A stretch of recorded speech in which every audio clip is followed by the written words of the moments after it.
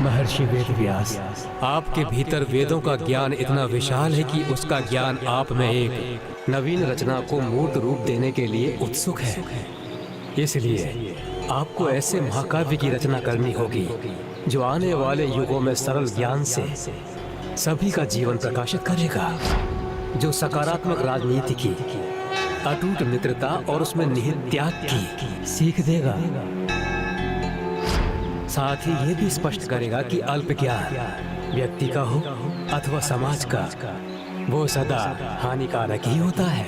ये अत्यंत महत्वपूर्ण और कालजयी महाकाव्य भारत में द्वापर से कलयुग तक की धर्म की यात्रा की कथा भी होगी, जिसमें वेद एवं उपनिषद के विभिन्न दर्शन और ज्ञान पाए जाएंगे। प्रत्येक युग की अपनी आवश्यकता होती है और ये महाकाव्य एक ऐसा पूर्ण महाकाव्य होगा जिसमें सामाजिक, धार्मिक मान्यताओं, परंपराओं, मानवीय संबंधों, नैतिक मूल्यों, राजनीतिक नियमों, कूटनीति, विदेश नीति, अनुशासन, युद्ध कला जैसी समस्त मानवीय आवश्यकताओं की पूर्ति होगी। इस महाकाव्य में मानवीय के पथ प्रदर्शन हेतु लाखों वाक्य और करोड़ों शब्द होंगे।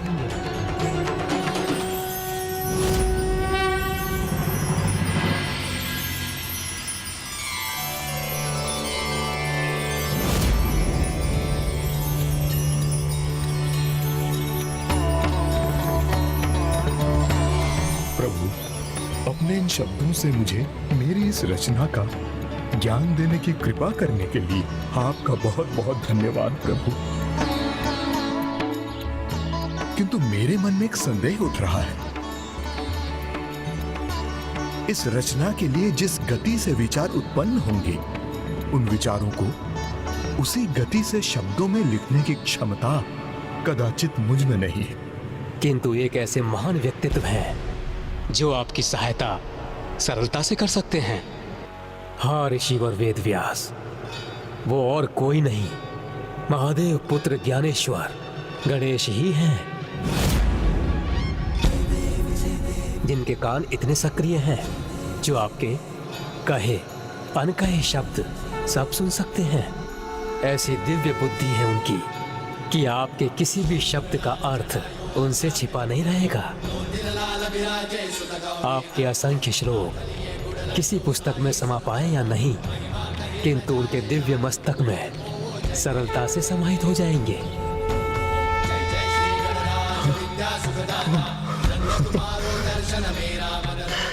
ज्ञानेश्वर गणेश जी,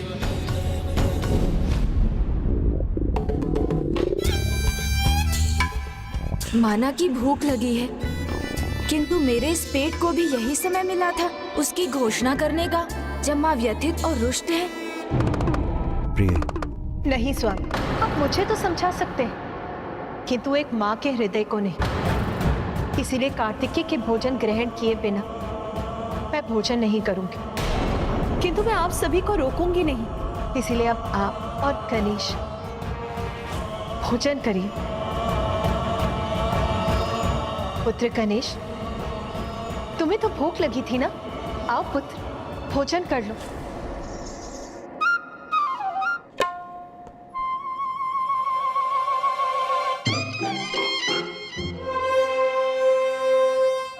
कदाचित गणेश जी बहुत भूखे हैं, तभी तो माता और प्रभु महादेव के भोजन नहीं करने के निर्णय के उपरांत भी वो स्वयं भोजन करने के लिए सारी भोज्य पदार्थों को एकत्रित कर रहे हैं।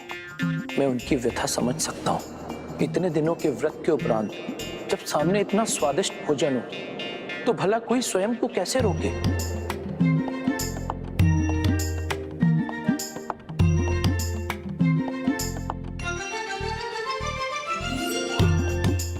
गणेश जी भोजन करने के स्थान पर उसे एकत्र क्यों कर रहे हैं? माँ, अब मैं तैयार हूँ। तैयार हो गणेश? किसके लिए? भोजन के लिए माँ। भैया के साथ भोजन करने के लिए। भैया कैलाश नहीं आ सकते तो ना सही, किंतु कैलाश तो उनके निकट जा सकता है। पुत्र, किंतु कैलाश को दक्षिण तक ले जाने की क्या योजना है तुम्हारी? जहाँ माँ पार्वती और प्रभु महादेव का वास है वहीं कैलाश है, इसलिए आप दोनों वहाँ रहेंगे तो भैया को आभास होगा जैसे वो कैलाश में ही है। तो चलिए ना माँ, हम शीघ्र वहाँ चलकर एक साथ भोजन करते हैं। तो अब विलंब मत कीजिए, बहुत तीव्र भूख लगी है। आओ रश्मि प्रभा, तुम भी मेरे साथ मेरे मूषक जी पर सवार हो सकती हो। यदि सब चले जाएंगे तो यहाँ कैलाश की देखभाल करने के लिए कौन रुकेगा गणेश जी? माँ, मैं रुक जाऊँ? गणेश जी, जब आप लौटेंगे तब मैं आपके लिए कुछ और मोदक बचा कर रखूंगी।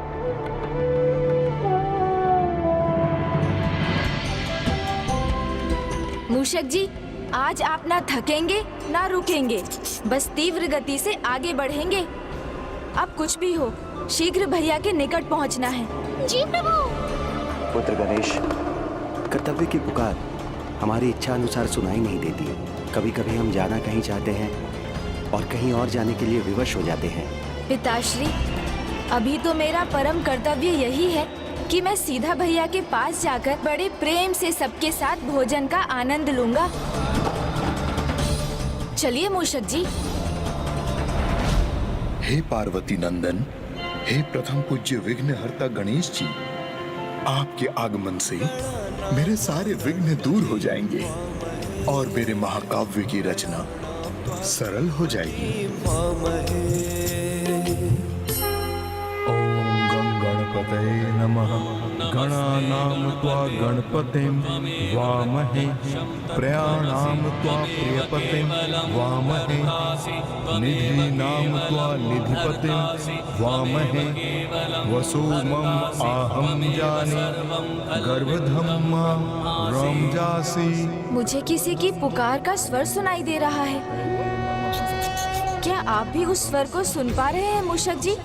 नहीं प्रभु, मैंने तो बस आपका स्वर सुना था कि न रुकना है न थकना है। ओम गं गणपतये नमः। किंतु ये तो बड़ी दुविधा उत्पन्न हो गई। कोई मेरा आवाहन कर रहा है, फिर क्या करें हम? प्रभु, हम दक्षिण का आधा मार्ग पार भी कर चुके हैं। शीघ्र हम भैया कार्तिकेय के निकट होंगे तो भोजन करने के बाद इस स्वर पर भी ध्यान दे लेंगे। मूषक जी उचित ही तो कह रहे हैं। भोजन करना तो सभी का अधिकार होता है, तो मैं भी उसके उपरांत ही अपने कर्तव्य पर बढ़ूंगा। ओम गं गणपतये नमः। ओम गं गणपतये नमः। कर्तव्य की पुकार हमारी इच्छा अनुसार सुनाई नहीं देती। कभी कभी हम जाना कहीं चाहते हैं और कहीं और जाने के लिए विवश हो जाते हैं। नहीं मूषक जी, रुकिए। यदि किसी को मेरी आवश्यकता है तो कदाचित मुझे जाना ही चाहिए। कर्तव्य सर्वोपरि है, इसलिए इस समय आवाहन करने वाले के पास जाना मेरा प्रथम कर्तव्य है। स्वामी, गणेश कहाँ रह गया?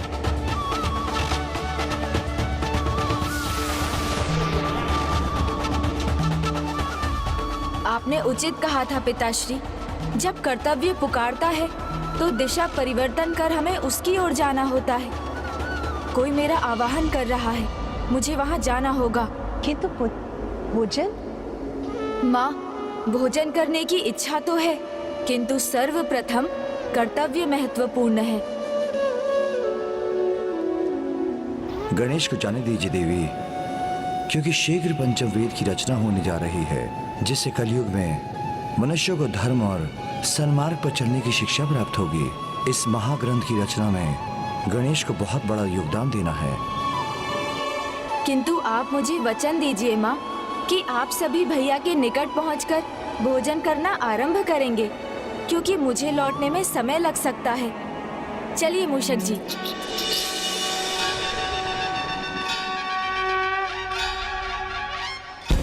ओम गं गणपतये नमः।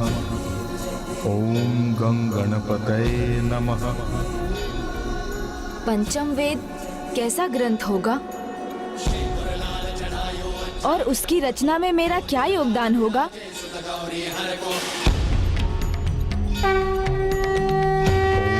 गं गणपतये नमः। महर्षि वेदव्यास। मुझे विश्वास है तुम्हारी इच्छा भी अवश्य पूर्ण होगी।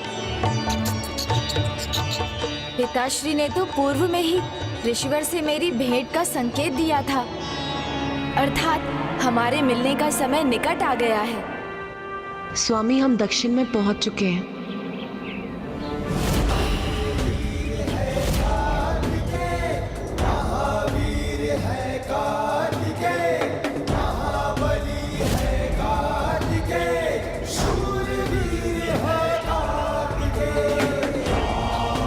स्वामी, पुत्र कार्तिक के ध्यान मुद्रा आप ही के समान दिखाई देता है।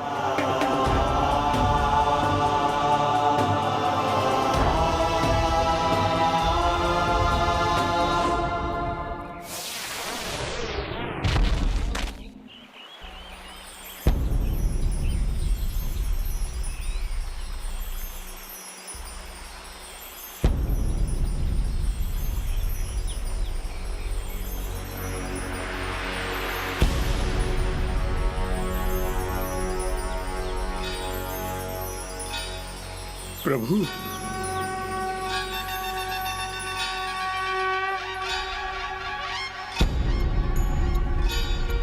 प्रणाम गौरी नंदन, महादेव पुत्र, प्रथम पूज्य विघ्नहर्ता गणेश जी, आपका स्वागत है। मेरा प्रणाम स्वीकार कीजिए। प्रणाम ऋषिवर।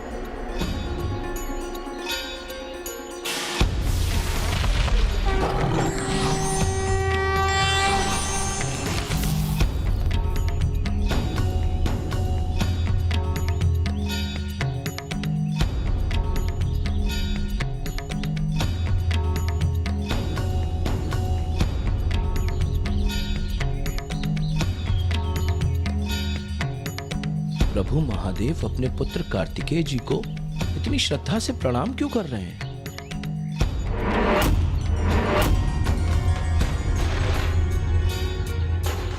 महर्षि वेदव्यास, आप तो गुरुओं के भी गुरु हैं।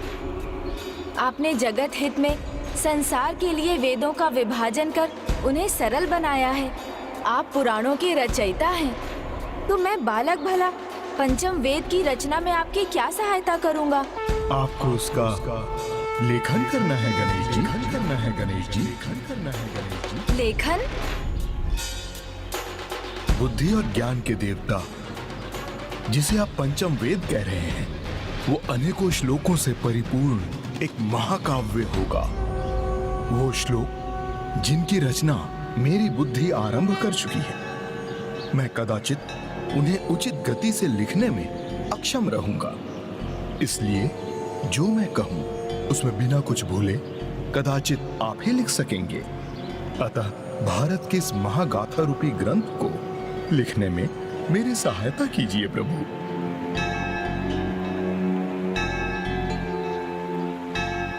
महाकाव्य को लिखना तो अत्यंत महत्वपूर्ण कार्य है, किंतु उसमें तो बहुत समय लग जाएगा। कदाचित उसके पहले मुझे अपनी भूख मिटानी चाहिए। मैं गुरुवर को सामग्री एकत्रित करने के लिए कहता हूँ। जब तक वो सामग्री एकत्रित करेंगे तब तक मैं भोजन कर लूंगा। गणेश जी, आप शांत क्यों हो गए? आप इस कार्य में मेरी सहायता करेंगे ना? गुरुवर, मैं इतने महान गुरु के इतने महान कार्य को कैसे नकार सकता हूँ? किंतु ऐसा महाग्रंथ लिखने के लिए तो एक लेखनी की आवश्यकता होगी, जो इस पूरे कार्य के संपन्न होने तक ना टूटे, जिससे हम कभी भी रुकने पर बाध्य ना हो। तो आप उस लेखनी की व्यवस्था कीजिए, मैं शीघ्र लौट कर आता हूँ। लेखनी मैं ले आया हूँ गजानन।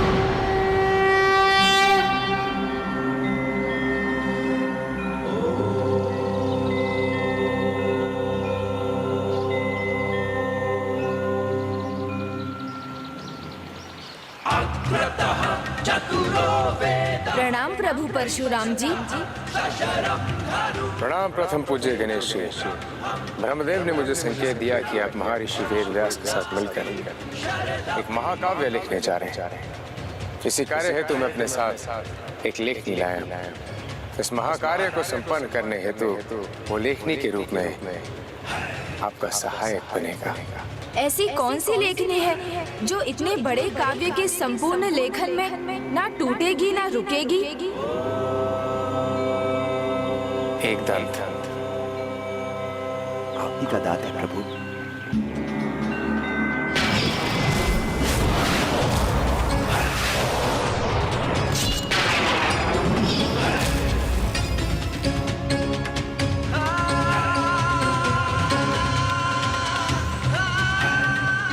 ये मेरे ही कारण टूटा था, किंतु आज भी ये सुरक्षित है।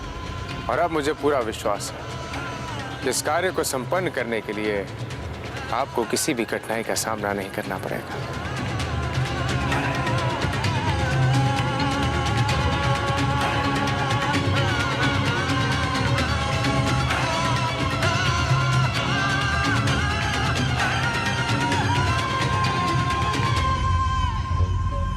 लेखनी तो हमें प्राप्त हो गई ऋषिवर, किंतु स्याही, उसकी भी तो आवश्यकता होगी ना।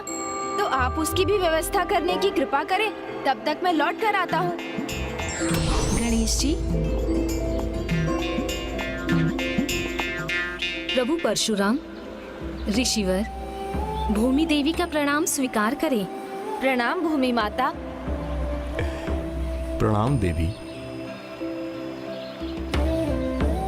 ब्रह्मदेव के आदेशानुसार मैं स्याही के साथ प्रस्तुत हूँ। इस महान कार्य में सहायक बनने का सौभाग्य प्राप्त कर मैं अत्यंत आनंदित हूँ और प्रकृति के विभिन्न पुष्पों के रंग से बनी स्याही लेकर आई हूँ।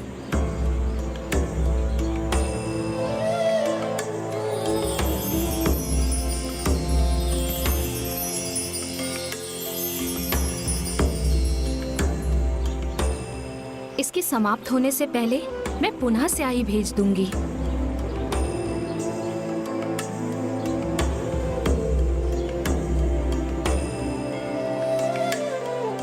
धन्यवाद भूमि देवी। अब तो कोई कारण नहीं बचा, अर्थात भोजन बाद में, कार्य पहले। ऋषिवर, हमारे पास सभी सामग्री है और मैं ये महाग्रंथ लिखने के लिए प्रस्तुत भी हूँ, किंतु एक अवस्था पर।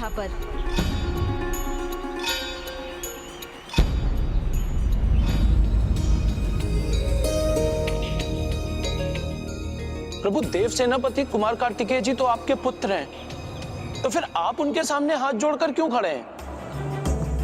नंदी जी, कार्तिकेय महादेव का पुत्र ही नहीं, उनका गुरु भी है। माता, गुरु?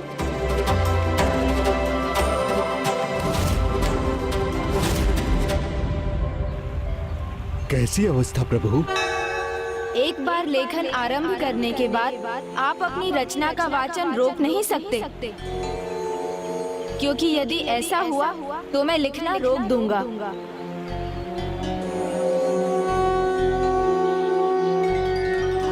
उचित है गजानन, तो मेरी भी एक प्रार्थना सुनिए। आप एक भी शब्द, वाक्य अथवा श्लोक उसका अर्थ समझे बिना नहीं लिखेंगे।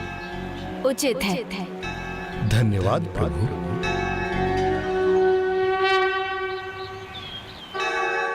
माता, मैं ये समझने में असमर्थ हूँ कि कुमार कार्तिकेय जी कब और कैसे महादेव के गुरु बने। माता, कृपया करके विस्तार से बताएं। बहुत समय पहले कार्तिकेय के कैलाश लौटने के बाद ब्रह्मदेव महादेव से भेंट करने के लिए आए।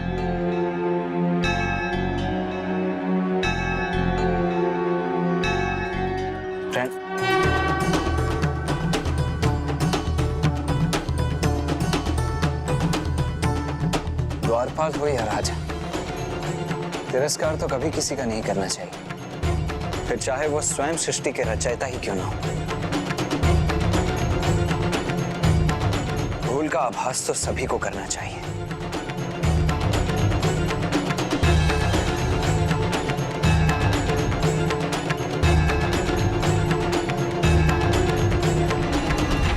प्रणाम।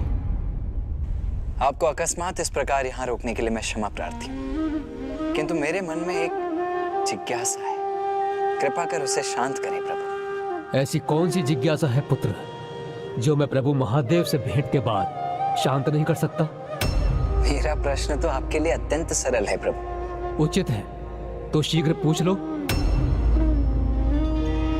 सृष्टि के रचयिता होने के नाते सृष्टि का आधार कहे जाने वाले प्रणव शब्द का अर्थ समझाने की कृपा कीजिए।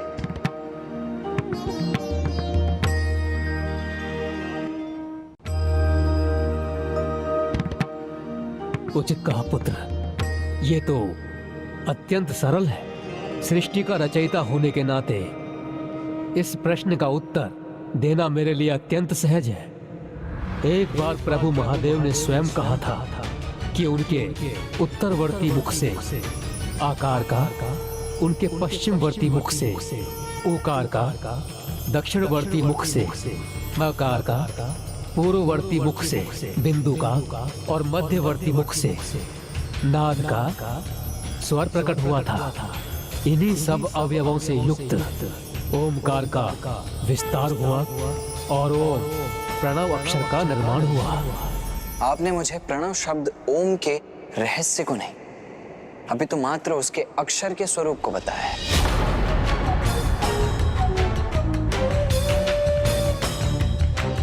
इसीलिए ब्रह्मदेव, मैं समझता हूं कि इस समय सृष्टि अयोग्य हाथों में है। इसीलिए जब तक आप प्रणव शब्द के उचित अर्थ को नहीं जान लेते, तब तक आपके स्थान पर सृष्टि और उसकी रचना का ध्यान मैं स्वयं रखूंगा।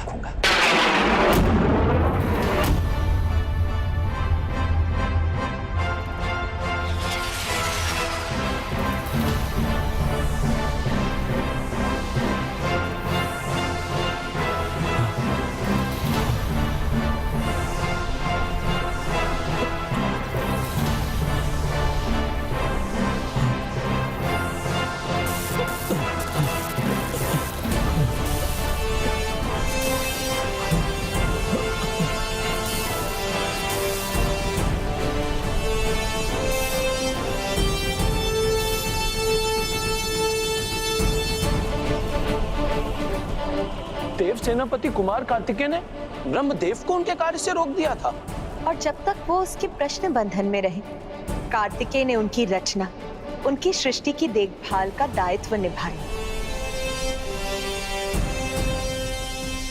अनुभव और आयु में मुझसे कम होने पर भी प्रभु महादेव के पुत्र कार्तिकेय ने मुझे बंदी बनाकर कदापि उचित नहीं किया। अब तो मुझे प्रभु महादेव ही मुक्त करा सकते हैं।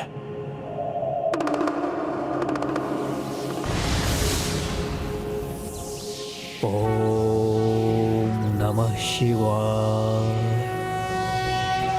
कर्पूर गौरम करुणावतारम संसार सारम भुजगेंद्रहारम। गुरुवर, ये वाचन और लेखन की एकाग्रता एक तप के समान ही फलदायी है। ये स्थान उपयुक्त प्रतीत होता है।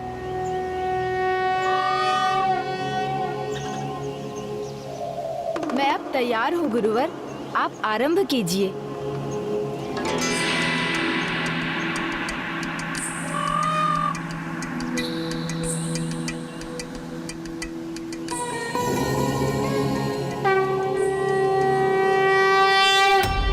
जब पुत्र कार्तिकेय को ज्ञात हुआ कि सृष्टि की रचयिता ब्रह्मदेव प्रणव शब्द के अर्थ से अनभिज्ञ है, तो उसने ब्रह्मदेव को बंदी बना लिया। अनुभव और आयु में मुझसे कम होने पर भी प्रभु महादेव के पुत्र कार्तिकेय ने मुझे बंदी बनाकर कदापि उचित नहीं किया। अब तो मुझे प्रभु महादेव ही मुक्त करा सकते हैं।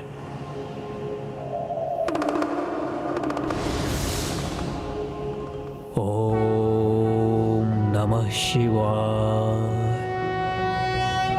कर्पूर गौरम करुणावतारम संसार सारम भुजगेंद्रहारम। ब्रह्मदेव की प्रार्थना सुनकर महादेव को ये ज्ञात हुआ कि वो किस स्थिति में है, तो फिर हम दोनों उनके निकट गए।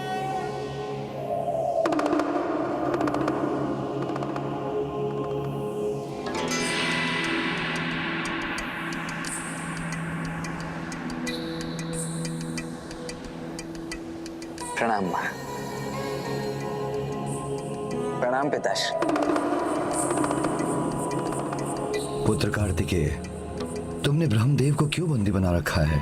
सृष्टि के आधार प्रणव शब्द के गूढ़ रहस्य से जो अनभिज्ञ हो, वो भला सृष्टि की देखरेख कैसे कर सकते हैं पिताश्री? तो क्या तुम मुझे प्रणव शब्द का रहस्य समझा सकते हो? अवश्य पिताश्री, किंतु प्रणव शब्द का गूढ़ रहस्य केवल एक गुरु ही शिष्य को प्रदान कर सकता है, और ज्ञान के आदान प्रदान की मर्यादा के अनुसार गुरु का स्थान शिष्य से ऊंचा होता है। इसीलिए इस प्रक्रिया में यदि आपको मुझसे गूढ़ रहस्य ज्ञात करना है, तो आपको मुझे स्वयं का गुरु बनाकर स्वयं से उच्च स्थान पर स्थित करना होगा।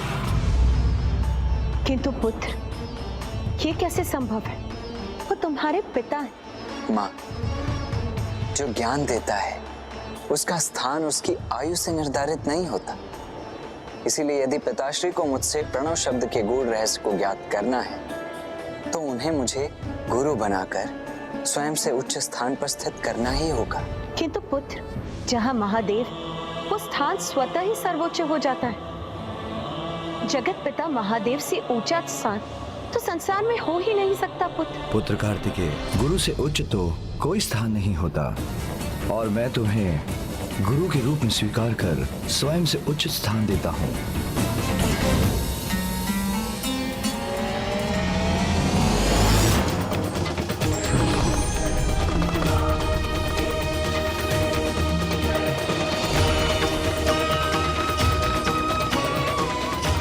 अब गुरु रूप में मुझे उस शब्द का अर्थ समझाइए जो प्रणव शब्द ओम है।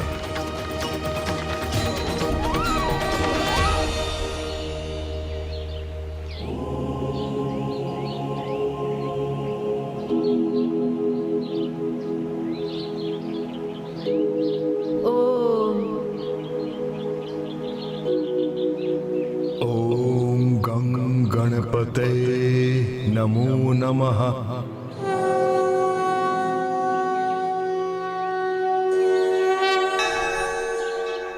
निष्प्रभे अस्मिन् निरालोके सर्वतस्तम असावृते बृहदण्डं भूदिकं प्रजानां बीजम् अव्ययम्।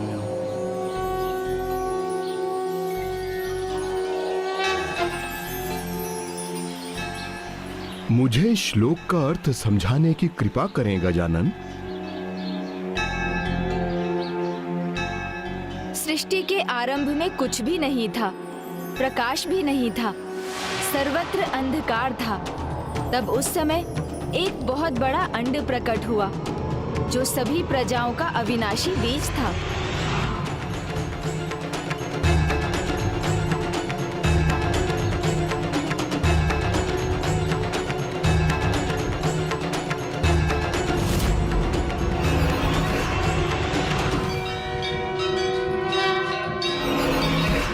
गुरु तो स्वयं को तपाकर अपने शिष्य में ज्ञान का प्रकाश भरता है। गुरु का स्थान सर्वोपरि, और महादेव जो स्वयं जगत गुरु है, अपने ही पुत्र को गुरु मानकर एक शिष्य की मर्यादा का पालन कर रहे हैं। अद्भुत है महादेव। हे गुरु गुहान, मैंने गुरु स्वीकार किया है आपको, तो अब मुझे प्रणव शब्द का अर्थ और उसका गूढ़ रहस्य समझाने की कृपा करें। गुरु का ज्ञान तो शिष्य के कान में गुप्त रूप से ही दिया जाता है, इसीलिए सुनिए।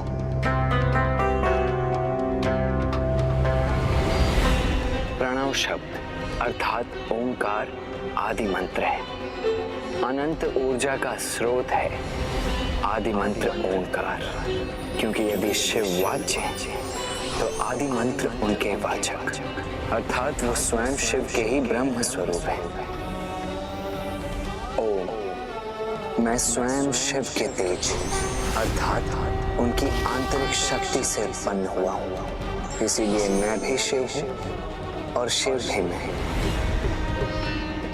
हाँ प्रभु, मैं ही प्रणव हूँ। सुब्रमण्यम, सु अर्थात स्वरूप, ब्रह्म अर्थात ब्रह्म के प्रतीक प्रणव का ही स्वरूप हूँ। सत्य है, प्रणव शब्द ओम महंतम है, अपार महिमामयी है।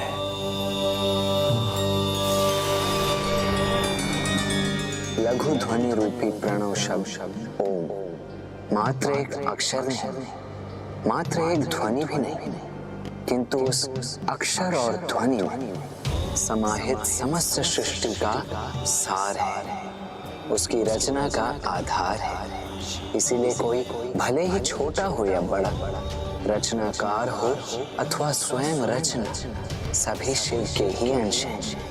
इसीलिए किसी के भी द्वारा किसी अन्य का तिरस्कार उचित नहीं, क्योंकि वास्तव में सभी की रचना दिव्य ओम अर्थात प्रणव शब्द से ही हुई है, और यही प्रणव का रहस्य भी है।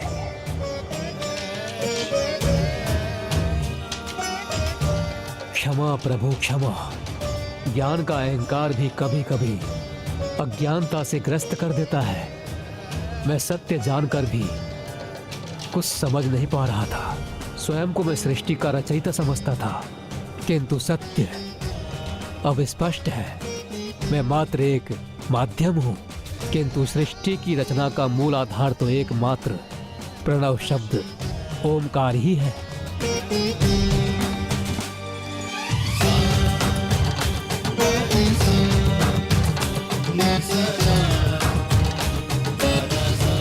अद्भुत, कितना सरल, कितना सुगम है ओमकार का ज्ञान।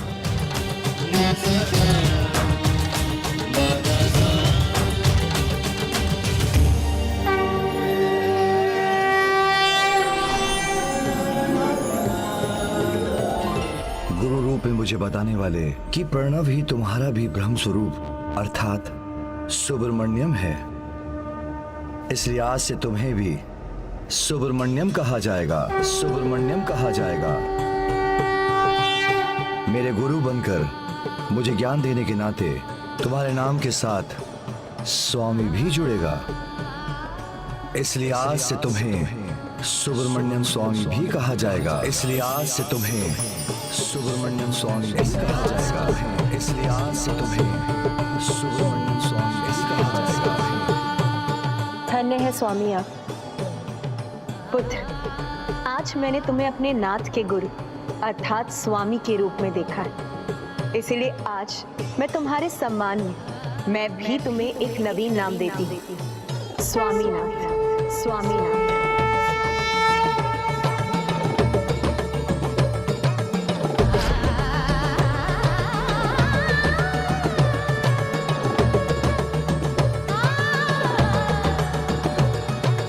स्वामीनाथ। सुब्रमण्यम।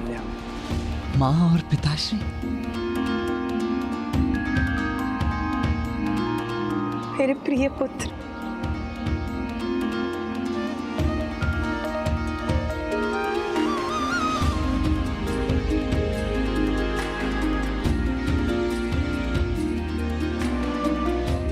प्रणाम पिताश्री।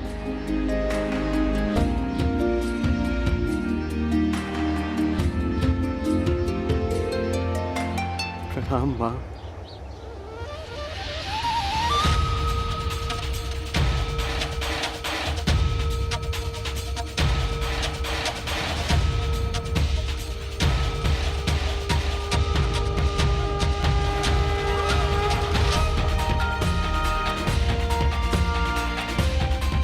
माता पिता के दर्शन तो सूर्यदेव के प्रचंड ताप में शीतल छाया के समान है। मुझे इस आनंद की प्राप्ति होने वाली है, इसका तो मुझे तनिक भी अनुमान नहीं था।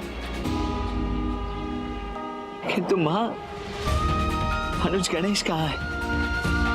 पुत्र, अपने बड़े भ्राता के साथ संपूर्ण परिवार को यहाँ लाकर भोजन कराने का विचार तो उसी का था, किंतु तुम्हारे ही समा अपने कर्तव्य से मुख कैसे मोड़ सकता था वो? मार्ग में ही अपनी कर्तव्य की पुकार सुनकर उसे जाना पड़ा। गुरु द्रोणाचार्य ने धनुर्विद्या की शिक्षा देते हुए अर्जुन से पूछा कि यदि तुम उस पक्षी को देख रहे हो तो बताओ उसके अंग कैसे हैं? अर्जुन बोले, मैं मात्र उस पक्षी का नेत्र देख रहा हूं, अन्य अंगों पर मेरी दृष्टि नहीं है।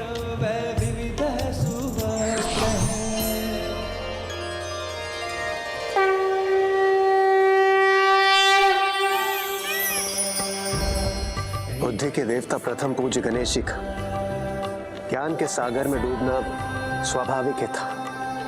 वो अपनी भूख प्यास को भूलकर अपनी पूरी एकाग्रता के साथ महर्षि वेदव्यास के कहे शब्दों को सुनकर उनका लेखन कर रहे हैं। महाज्ञानी है, विघ्नहर्ता है, किंतु महादेव पुत्र गणेश जी का स्वभाव नटखट भी है। इसी कारण तो उन्होंने इस कार्य में स्पर्धा का भाव भी रखा है। और यदि महर्षि उनके समान गति नहीं रखेंगे तो गणेश जी की लेखनी भी रुक जाएगी। इसीलिए गणेश जी के हाथ और तीव्र गति से लेखन करते जाते हैं और महर्षि उनके समान अपने शब्दों की गति बढ़ाने पर विवश हो जाते हैं।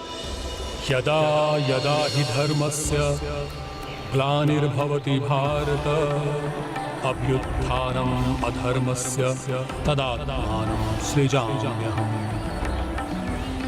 गजानन की गति तो बढ़ती ही जा रही, ऋषिवर को शीघ्रता करनी होगी। यदि ऐसा ना हुआ तो गणेश जी अपनी नियत अवस्था के अनुसार ये लेखन रोक देंगे और यह अत्यंत महत्वपूर्ण महाकाव्य अधूरा रह जाएगा। परित्राणाय साधूनां विनाशाय च दुष्कृतां धर्म संस्थापनार्थाय संभवामि युगे। ये तो अत्यंत अद्भुत स्पर्धा है। हाँ सूर्यदेव, कभी गणेश जी आगे होते हैं तो कभी ऋषिवर।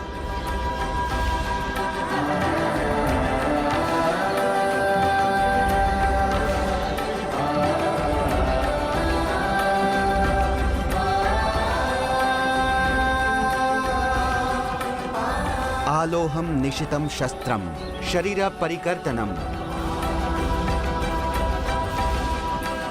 यो वेत्ति न तू तम घनन्ति प्रतिघात विदम द्विषः।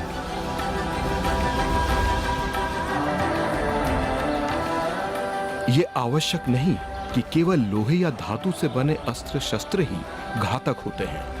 कई ऐसे पदार्थ हैं जो प्राण घातक सिद्ध हो सकते हैं, जिनमें से एक है लाह, जो अग्नि में पिघलकर किसी को भी भस्म करने की क्षमता रखता है।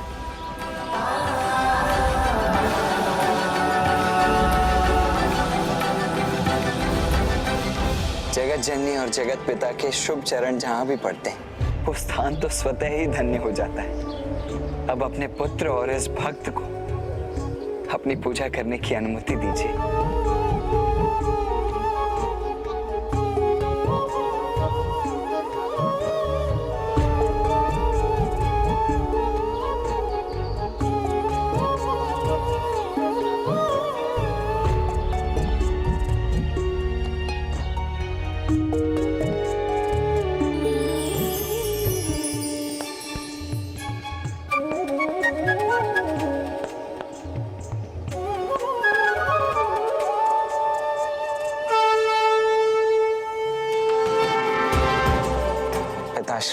मुझे क्षमा करना, आपको समर्पित करने हेतु मैं बेलपत्र तो पाने में असमर्थ रहा, किंतु मुझे पूर्ण विश्वास है इन सुंदर अर्जुन वृक्ष के पत्रों को अवश्य स्वीकार करेंगे।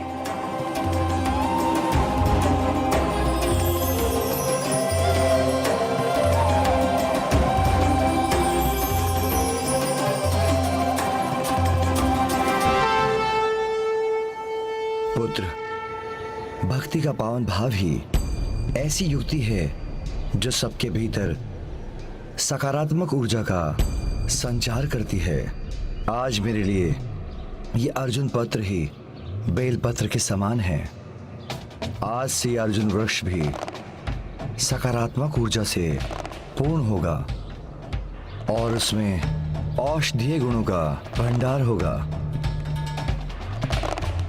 पिताश्री, आपकी इस कृपा हेतु आपको कोटि कोटि धन्यवाद। पुत्र, आते ही तुमने हमारी पूजा आरंभ कर दी, किंतु मैं तो तुम्हारे लिए अपने हाथों से पका भोजन लाई थी। कितने दिनों से मेरे लाल ने मेरे हाथों का पका भोजन नहीं खाया। चलो शीघ्रता करो पुत्र। माँ, सत्य में मेरा पेट तो आप दोनों के दर्शन से ही भर गया है। उचित है, अब तनिक भोजन से भी भर लो। नंदी जी।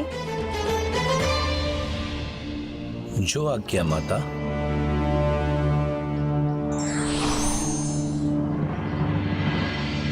माँ, किंतु आप दोनों और गणेश?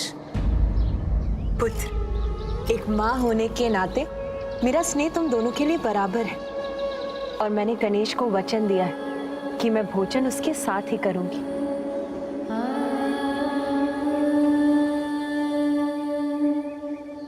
किंतु माँ, आपके हाथों भोजन करने का प्रथम अधिकार तो गणेश का ही है ना?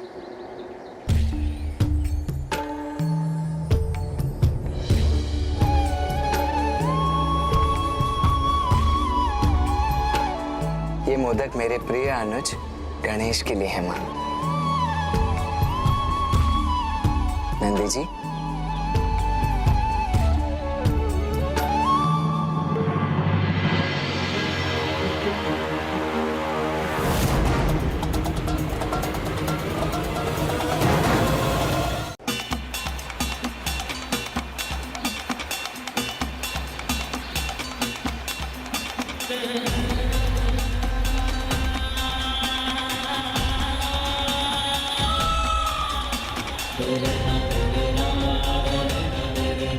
ऋषिवर की गति तो मंद पड़ती जा रही है और गणेश जी अपनी गति बढ़ा रहे हैं। यदि गणेश जी के पास लिखने के लिए कुछ न रहा तो वो अवश्य रुक जाएंगे।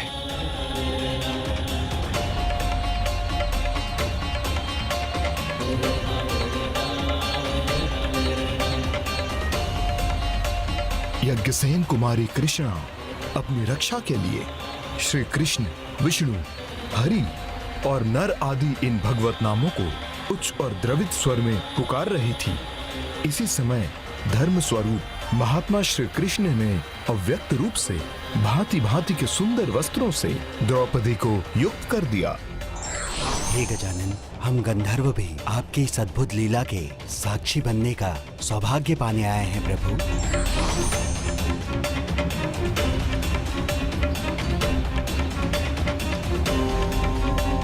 ऋषिवर के मुख से श्लोकों की गति गजानन के लेखन की तुलना में और भी मंद हो गई है। ऋषिवर मात्र एक शब्द से गणेश जी से आगे हैं। ऋषिवर तो जैसे रुक ही गए। अब कुछ नहीं हो सकता।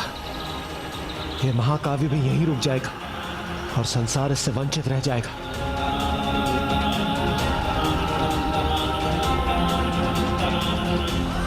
ये स्याही तो अब समाप्त होने वाली है। यदि ऐसा हुआ तो मेरी लेखनी मध्य में ही रुक जाएगी।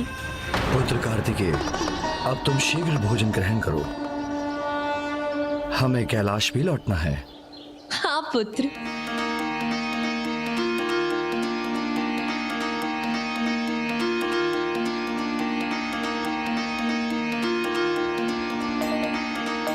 मेरा पुत्र अकेले यहाँ किस प्रकार रहता होगा, कितनी कठिनाई होती होगी उसे। कैसे छोड़कर जाऊं मैं उसे। ममता की छांव से भला कौन वंचित होना चाहता है माँ। यदि मेरे वश में होता ना माँ, तो मैं तो आपकी ममता से भरा स्नेह पाने के लिए आपको यहीं रोक लेता।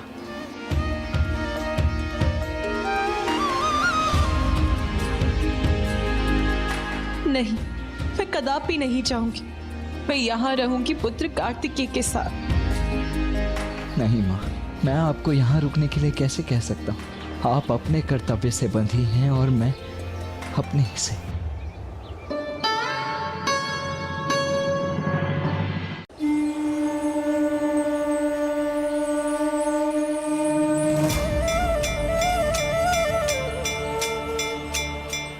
गणेश जी की शाही समाप्त होने के कारण ऋषिवर को पुनः एक अवसर प्राप्त हुआ है।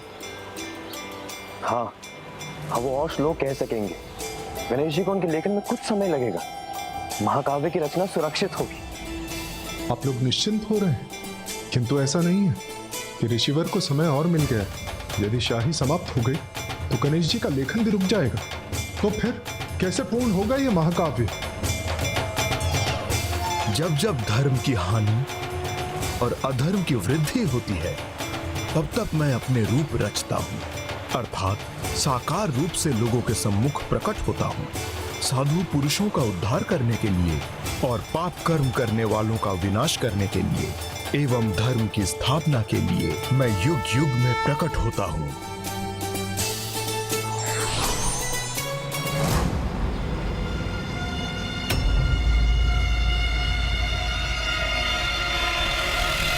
स्याही की इन अंतिम बूंदों से आप कुछ ही शब्दों का लेखन कर सकेंगे गणेश जी।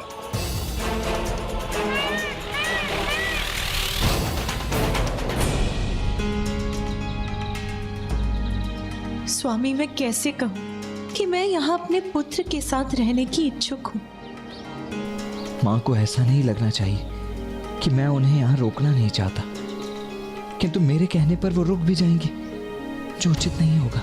मुझे आभास हो रहा है कि आप दोनों एक दूसरे से दूर नहीं होना चाहते। इच्छा तो मेरी भी यही है कि हमारा पुत्र हमारे साथ ही रहे। स्वामी, इसीलिए यहाँ से जाने के लिए मेरे पाँव ही नहीं उठ रहे। माँ, नियतिवश हम दोनों की कर्म भूमि विपरीत दिशाओं में है। मैं कर्तव्य के मध्य भावनाओं को कदापि नहीं आने दूंगा। इसीलिए ना मैं आपको जाने से रोकूंगा और न मैं स्वयं आपके साथ जाऊंगा। पुत्र कार्तिकेय तो स्वयं को समझा लेगा, किंतु पार्वती, एक माँ की ममता को समझाना कठिन होगा। माँ, पिताश्री, आप दोनों का बहुत बहुत धन्यवाद। आप दोनों के चरण का स्पर्श कर ये स्थान अत्यंत पावन हो गया है। इसीलिए आज मैं ये घोषणा करता हूँ कि युग युगांतर तक इसे शैलम पुकारा जाएगा। और माँ, मेरे लिए तो यही दक्षिण का कैलाश है। जहाँ माँ पार्वती और प्रभु महादेव का वास है, वहीं कैलाश है। कदाचित देवी पार्वती को समझाने का उपाय मिल गया मुझे।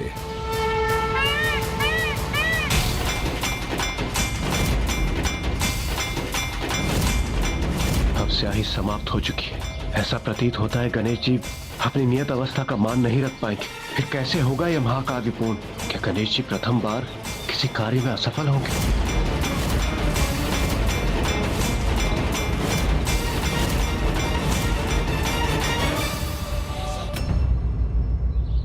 पुत्र, एक माँ की ममता को इन सब से तृप्ति नहीं मिलती।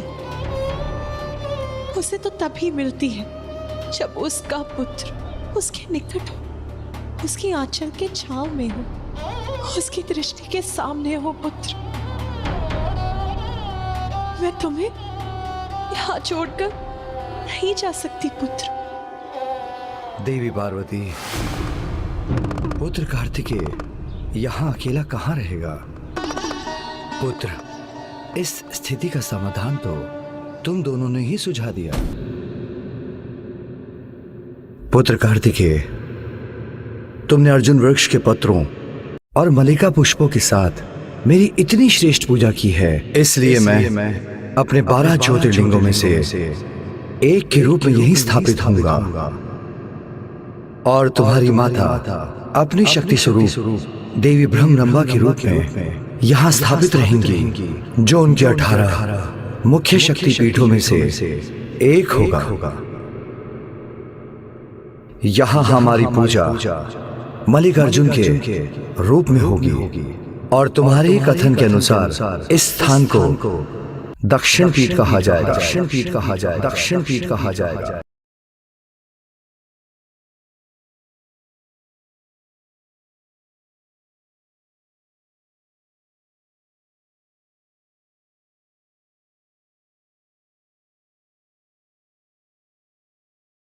महादेव, जहां आपका वास वहीं नंदी का निवास। इसलिए प्रभु, मुझे कैलाश की भांति एक शक्तिशाली पर्वत के रूप में यहाँ स्थित होकर आप दोनों का बहुत बहुत धन्यवाद। भविष्य में यहाँ एक महान विशाल मंदिर की स्थापना होगी और यहाँ के भक्तों को आप दोनों की कृपा से आपके भव्य दर्शनों का सुख प्राप्त होगा और यह स्थान सदा सदा के लिए दक्षिण कैलाश के नाम से जाना जाएगा। और मैं स्वयं यहाँ सदा आप दोनों की पूजा करता रहूंगा।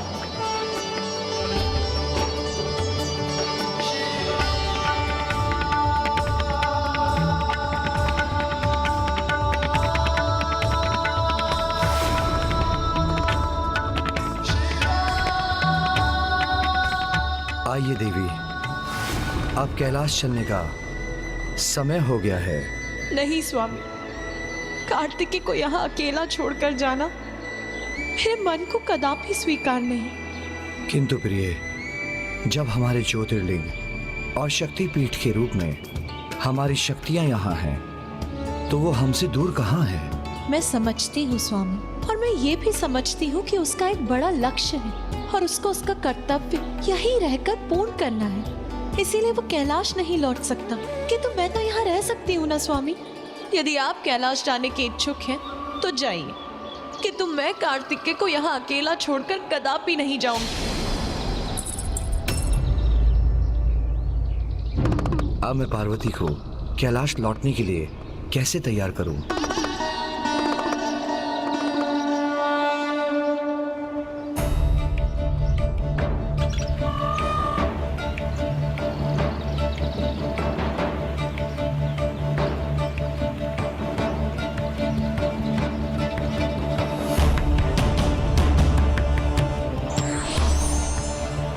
स्याही की इन अंतिम बूंदों से आप कुछ ही शब्दों का लेखन कर सकेंगे गणेश जी।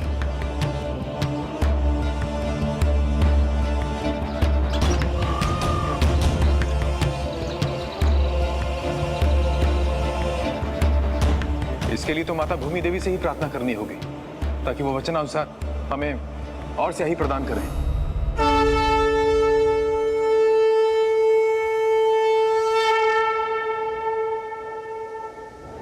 हे माता भूदेवी, हम सभी आपकी प्रार्थना करते हैं, कृपया प्रकट होकर और भी स्याही प्रदान करने की कृपा करें।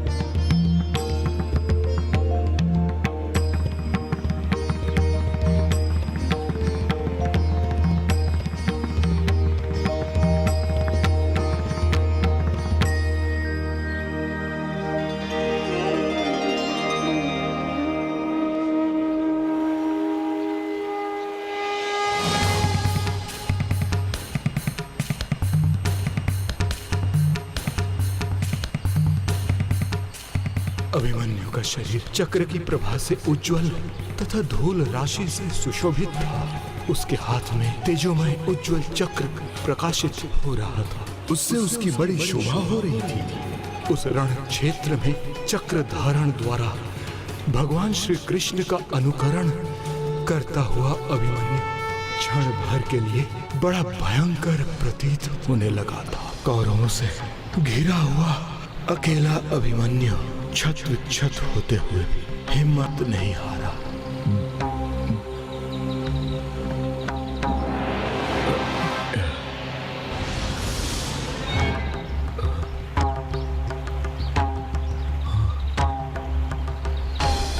एक बार लेखन आरंभ करने पर आप अपनी रचना का वाचन नहीं रोक सकते, क्योंकि यदि ऐसा हुआ तो मैं लिखना रोक दूंगा। थक गया हूं मैं, अब आगे कैसे बोल पाऊंगा। कुरुक्षेत्र का वो युद्ध जिसमें अभिमन्यु ने महापराक्रमी योद्धा की तरह युद्ध किया।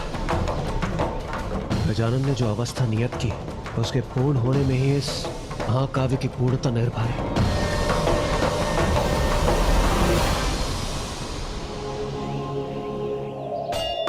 प्रिय, आप समझने का प्रयास कीजिए। क्या समझूं स्वामी? आप तो यही कहेंगे ना कि शक्तिपीठ और ज्योतिर्लिंग की स्थापना से हम अपने पुत्र के निकट ही हैं। और फिर मैं कैलाश क्यों नहीं लौटना चाहती? हम इस रूप में उसके निकट तो रहेंगे, किंतु वो फिर भी अकेला रहेगा। वो अपने मन की बात किसके साथ बांटेगा स्वामी? जैसे हम दोनों एक दूसरे के साथ हैं, उसके साथ कौन है? प्रिय, आपने ही व्यथा रखी और आपने ही उसका समाधान भी बता दिया। समाधान? कैसा समाधान? हम दोनों को एक दूसरे का साथ प्राप्त है, किंतु उसे किसका साथ प्राप्त है, यही मुख्य समस्या है ना। उसी का समाधान करना है ना हमें। अर्थात पुत्र कार्तिकेय का विवाह होना चाहिए। आपने सर्वथा उचित कहा स्वामी। फिर मैं आपके साथ कैलाश में चिंता रहित रहूंगी और कार्तिकेय और गणेश भी दोनों ही अकेले नहीं रहेंगे। और ये तो उचित समय भी है। हमें शीघ्र कैलाश लौटकर अतः शीघ्र उसके लिए कन्या ढूंढनी चाहिए। कार्तिकेय के विवाह के सुझाव ने आपका निर्णय एक पल में बदल दिया देवी। हाँ स्वामी, क्योंकि आपका सुझाव मेरे निर्णय से कहीं उत्तम है।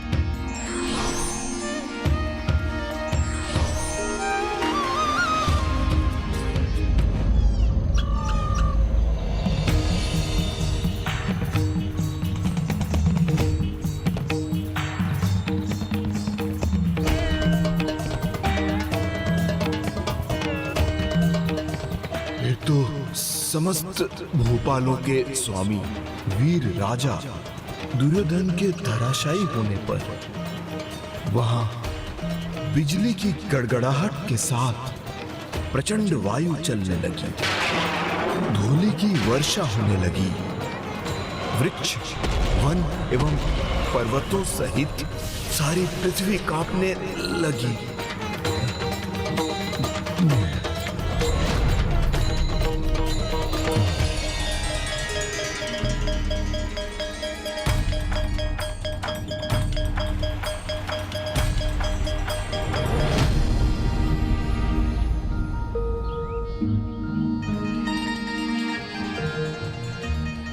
क्या हुआ माँ? अब हमें जाना होगा पुत्र, किंतु तुम तनिक भी चिंता मत करो। मैं तुम्हें कभी भी अकेला नहीं रहने दूंगी। ज्योतिर्लिंग और शक्तिपीठ के साथ मैं स्वयं भी प्रत्येक पूर्णिमा पर अपने प्रत्यक्ष दर्शन प्रदान करूंगी।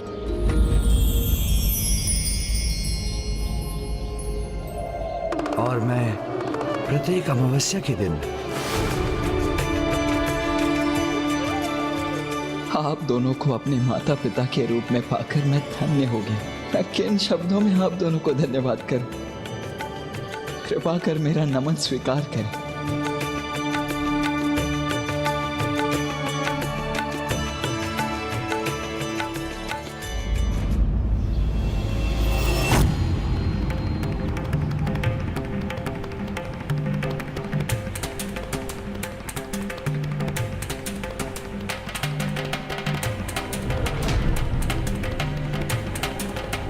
प्रभु ने तो अपनी लेखनी रख दी।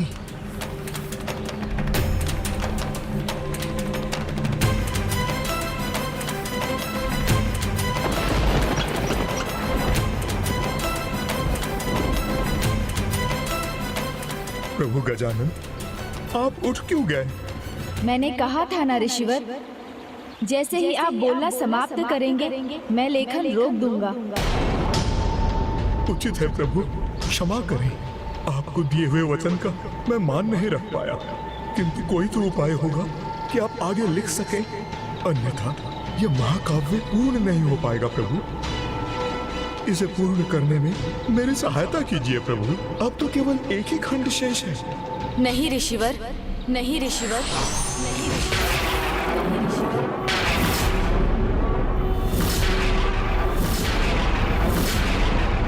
प्रभु, अंतर ध्यान हो गए।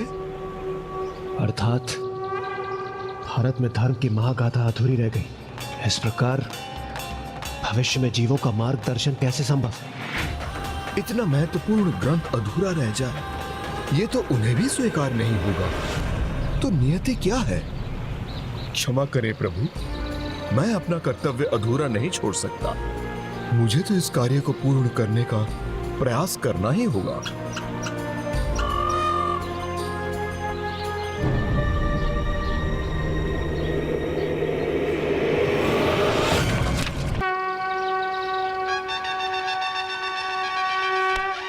प्रणाम प्रभु।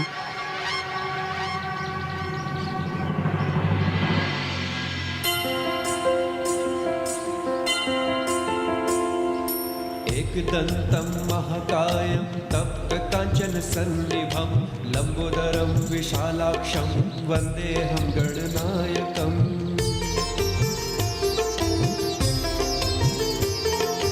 ॐ नमस्ते गणपते त्वमेव प्रत्यक्षं तत्त्वमसि त्वमेव केवलं कर्तासि त्वमेव केवलं धर्तासि त्वमेव केवलं हर्तासि त्वमेव सर्वखल्विदं ब्रह्मासि।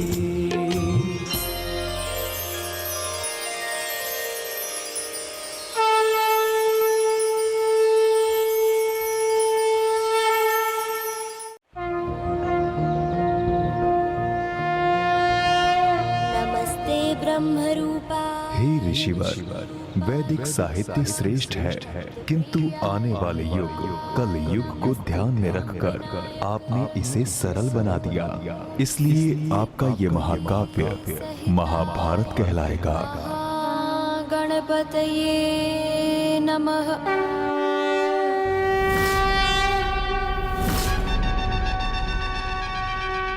आपकी ये रचना मानव जाति के लिए मार्गदर्शक का कार्य करेगी।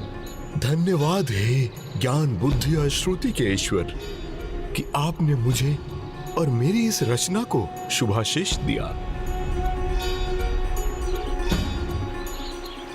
ऋषिवर, मैं अपना कार्य संपन्न कर चुका, तो क्या अब मुझे प्रस्थान करने की आज्ञा है? अवश्य प्रभु। प्रणाम ऋषिवर। शीघ्रता कीजिए मूषक जी, अब जाकर निश्चिंतता से माँ के हाथों बने पकवान खाऊंगा। देवी, यहाँ नवीन दिव्य ऊर्जा संकेत दे रही है कि गणेश भी अपना कार्य पूर्ण कर शीघ्र लौटने वाला है। बहुत सारे कार्य करने, शीघ्रता तो हमें भी करनी होगी। शीघ्र अपने पुत्र के लिए उचित कन्या ढूंढनी होगी हमें। मैं जाकर विवाह उत्सव की तैयारियां करती हूँ।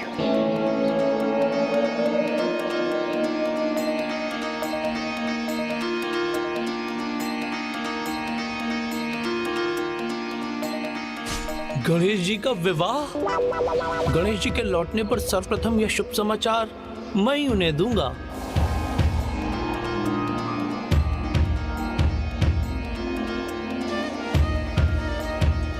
नंदी जी। गणेश जी, प्रणाम गणेश जी, आप उचित समय पर पधारे हैं। मुझे आपको एक सूचना देनी है। सूचना अच्छी होनी चाहिए नंदी जी। ये मत कहिएगा कि भोजन समाप्त हो गया, क्योंकि आपकी पोटली में से उसकी सुगंध मुझ तक पहुंच रही है। ये कोई परिहास नहीं है प्रभु, वास्तव में एक बहुत बड़ी सूचना है। पहले भोजन फिर सूचना नंदी जी। प्रभु सुनिए तो, अब कहाँ जा रहे हैं?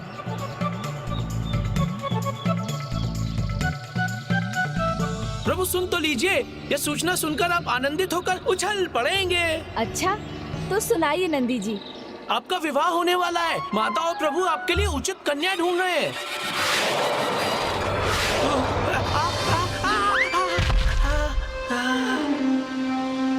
प्रभु, मेरा विवाह? ये क्या कह रहे हैं नंदी जी? अवश्य आपसे कोई भूल हुई है। आपने ठीक से नहीं सुना होगा। नहीं प्रभु, मैंने ठीक से सुना भी, कहा भी, और ना ही कोई भूल हुई है मुझसे। ये तो शुभ समाचार है प्रथम पूज्य। मैं समझता हूँ प्रभु, इस शुभ समाचार को सुनकर तो किसी के भी मन में लड्डू फूटेंगे। इसीलिए तो कहता हूँ कि अब मोदक खाने का नहीं, अपितु खिलाने का समय है गणेश जी। अब आप अपने मन में फूटते हुए मोदकों को समेटिए। तब तक मैं जाकर अन्य लोगों का इस शुभ समाचार से मुंह मीठा करवाता हूँ।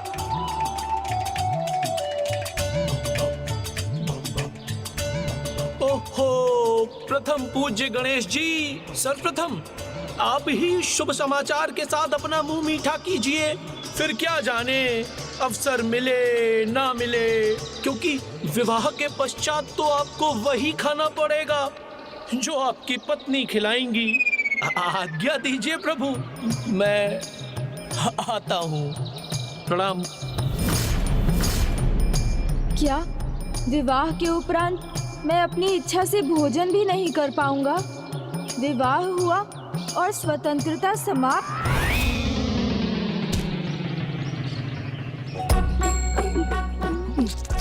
प्रभु प्रभु प्रभु सुनिए तो, वो देखिए प्रभु, वहाँ आपकी होने वाली पत्नी। क्या?